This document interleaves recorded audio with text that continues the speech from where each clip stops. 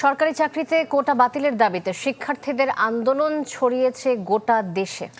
Bangla block নামে এই অবস্থান কর্মসূচি জেলায় জেলায় পালিত হয়েছে, এমনকি অবরোধ করা হয়েছে ঢাকার বিভিন্ন মোড়। এতে কার্যত স্থবির হয়ে পড়ে ঢাকার রাস্তা। সাধারণ শিক্ষার্থীদের বাংলা ব্লক কর্মসূচি বেলা গড়াতেই বিভিন্ন স্থানে জড়ো হতে থাকেন শিক্ষার্থীরা। Shahbag science lab, Bangla motor থেকে শুরু করে ঢাকা ময়মনসিংহ, ঢাকা আরিচা সহ দেশের মহাসড়কগুলো অবরোধে বন্ধ হয়ে যায় যান চলাচল। স্লোগান মুখর হয়ে ওঠে রাজপথ।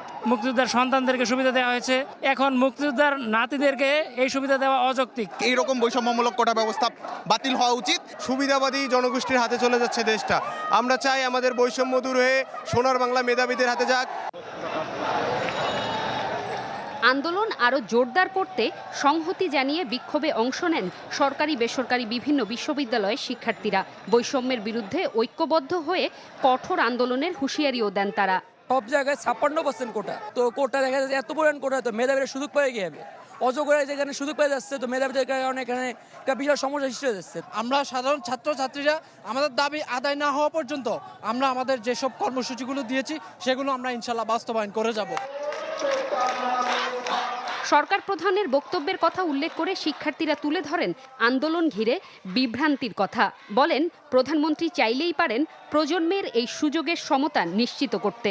আমরা চাই যে তিনি তাদের কাছে আমাদের যে মেসেজটি সেটি পৌঁছে যাক। এই জন্য আমরা শুধু আজকে নয়, আজকে থেকে প্রত্যেক দিন আমাদের কর্মসূচির যে তীব্রতা সেটি আরো বৃদ্ধি করব। দিন শেষে যখন আমরা চাকরির পরীক্ষা দিতে যাচ্ছি, পোষ্য কোঠা, মুক্তিযোদ্ধা কোঠা, এগুলা দিয়ে আমাদের 56% 60% হয়ে যাচ্ছে। সেখানে আমাদের মতো গরিব মেধাবীরা জায়গা পাচ্ছে না। এই হুমকি দামকি মামলা দেওয়া হোক না কেন, আমাদের শরীরের শেষ রক্তবিন্দু থাকা পর্যন্ত কোটা নিয়ে তালবানা করতে দেব না। আন্দোলন থেকে ঘোষণা দেয়া হয় দাবি পূরণ না হওয়া পর্যন্ত অনির্দিষ্টকালের জন্য ক্লাস পরীক্ষা বর্জন কর্মসূচি চলবেই। শুধুমাত্র প্রতিবন্ধী যে কোটা এটা থাকতে পারে, এছাড়া সকল ধরনের কোটার আমরা বিলুপ্ত যাচ্ছি। আমাদের একটাই দাবি, আমাদের কোটা যথাযথভাবে সংস্কার করতে হবে। যারা সুবিধা বঞ্চিত তাদেরকে সুবিধার ব্যবস্থা করতে হবে, কারণ আমরা আমাদের মেধা দিয়ে আজ পর্যন্ত এসেছি এবং সামনেও এগিয়ে যেতে পারব। অ্যাম্বুলেন্স, ফায়ার সার্ভিস, বিদ্যুৎ সহ জরুরি সেবা আন্দোলন কর্মসূচির আওতামুক্ত।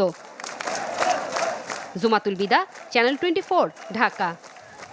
আমরা দেখছিলাম সরকারি চাকরিতে কোটা বাতিলের দাবিতে আন্দোলন ছড়িয়ে গেছে গোটা দেশে। শিক্ষার্থীদের আন্দোলনের খবর জানাবো এবার আমরা। জানাতে রাজধানীর শাহবাগ থেকে আমাদের সাথে যুক্ত হচ্ছেন আশিকিন প্রিন্স এবং ফার্মগেট থেকে যুক্ত হচ্ছেন সজল শাইক। শাহবাগে আশিকিন প্রিন্স, শুরুতে তার কাছে চলে যেতে চাই। আশিকিন প্রিন্স, বেশ কয়েকদিন ধরে শাহবাগ মোড়ে বিশেষ করে শিক্ষার্থীরা জড়ো হয়েছেন এবং তাদের দাবি কোটা সংস্কার বা কোটা বাতিল নিয়ে, যেখানে প্রধানমন্ত্রী শেখ হাসিনা তিনি আজকে ব্যাপারে মন্তব্য করেছেন। এরপরে কি যারা আন্দোলন করছেন তাদের প্রতিক্রিয়া কি এই ব্যাপারে?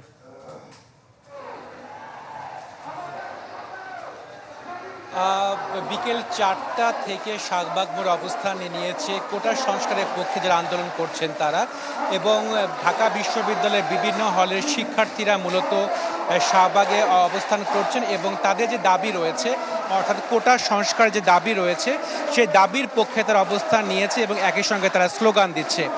কিছুক্ষণ আগে এখান থেকে জানানো হয়েছে যে তাদের এই আন্দোলনের সাথে জড়িত বেশ কয়েকজনকে আইন শৃঙ্খলা বাহিনী ডেকে নিয়েছে এবং তারা বলছে যে সেই সব শিক্ষার্থীদের না ছেড়ে দেওয়া পর্যন্ত তারা এই শাহবাগে অবস্থান করবেন এবং তারা বলছেন যে তারা কোটার সংস্কার চান এবং এমনকি নারী কোটা যেটি রয়েছে সে নারী কোটারও তারা বাতিল চান।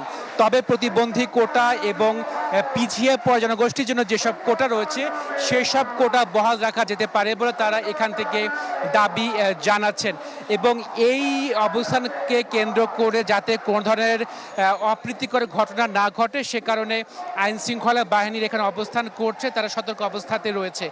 আপনাদের জানিয়ে রাখি যে বিকেল 4টা থেকে মূলত এখানে তারা অবস্থান করছেন, ফলে শাহবাগ মোড় দিয়ে যেসব যানবাহন যাতায়াত করে সেসব যানবাহন যাতায়াত কিন্তু একেবারে বন্ধ হয়ে গেছে।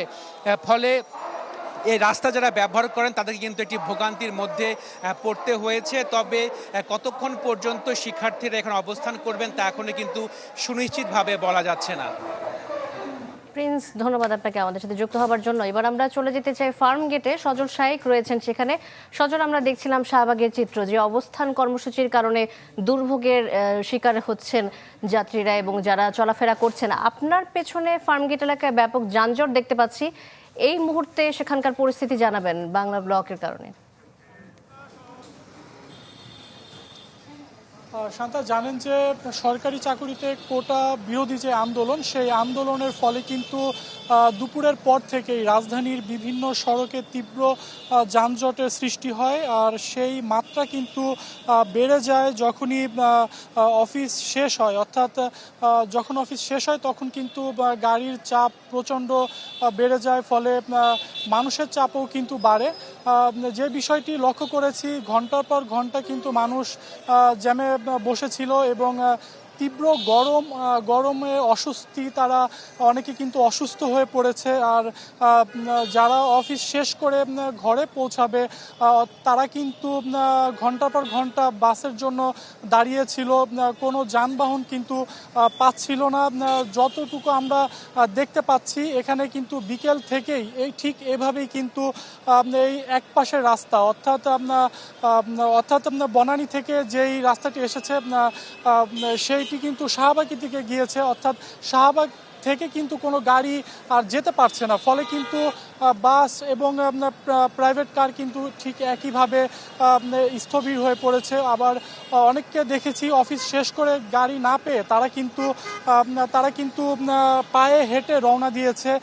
ফার্ম গেটের চিত্র যদি বলি, এখানে বিকেল থেকেই কিন্তু শত শত মানুষ বিভিন্ন মোড়ে দাঁড়িয়ে আছে। তারা তাদের নিজ নিজ গন্তব্যে পৌঁছাবে, কিন্তু তারা পৌঁছাতে পারেনি। অনেকে কিন্তু দূর দূরান্ত থেকে পায়ে হেঁটে এখানে এসেছে, তারা এখান থেকে গাড়ি পাবে বলে, কিন্তু তারা সেটিও কিন্তু পাচ্ছে না। অনেকে কিন্তু গাড়ি না পেয়ে কিন্তু পায়ে হেঁটেই বিভিন্ন জায়গায় তারা রওনা হয়েছে। এর ফলে কিন্তু মানুষের প্রচুর কষ্ট হচ্ছে, তারা ভোগান্তিতে পড়ছে। শান্তা, ফার্মগেট থেকে এই ছিল আমার কাছে সর্বশেষ। সজল শাইক আমাদেরকে জানাচ্ছেন এবং দেখলাম যে রাজধানীতে একটা দীর্ঘ যানজট এবং ভোগান্তিও তৈরি হয়েছে বাংলা ব্লকের কর্মসূচির কারণে। আমরা ঢাকার বাইরে চলে যেতে চাই, চট্টগ্রামে ইমদাদুল হক সেখানে রয়েছেন। ইমদাদ, আপনার কাছে প্রশ্ন, সারা বাংলাদেশে বিভিন্ন জেলায় এই কর্মসূচি ইতিমধ্যে ছড়িয়ে পড়েছে, আপনি কোথায় অবস্থান করছেন? চট্টগ্রামের কোন কোন পয়েন্টে এই বাংলা ব্লক কর্মসূচি দেখা দিয়েছে? সারাদিনের চিত্রটা কেমন ছিল? এই মুহূর্তে কি অবস্থা?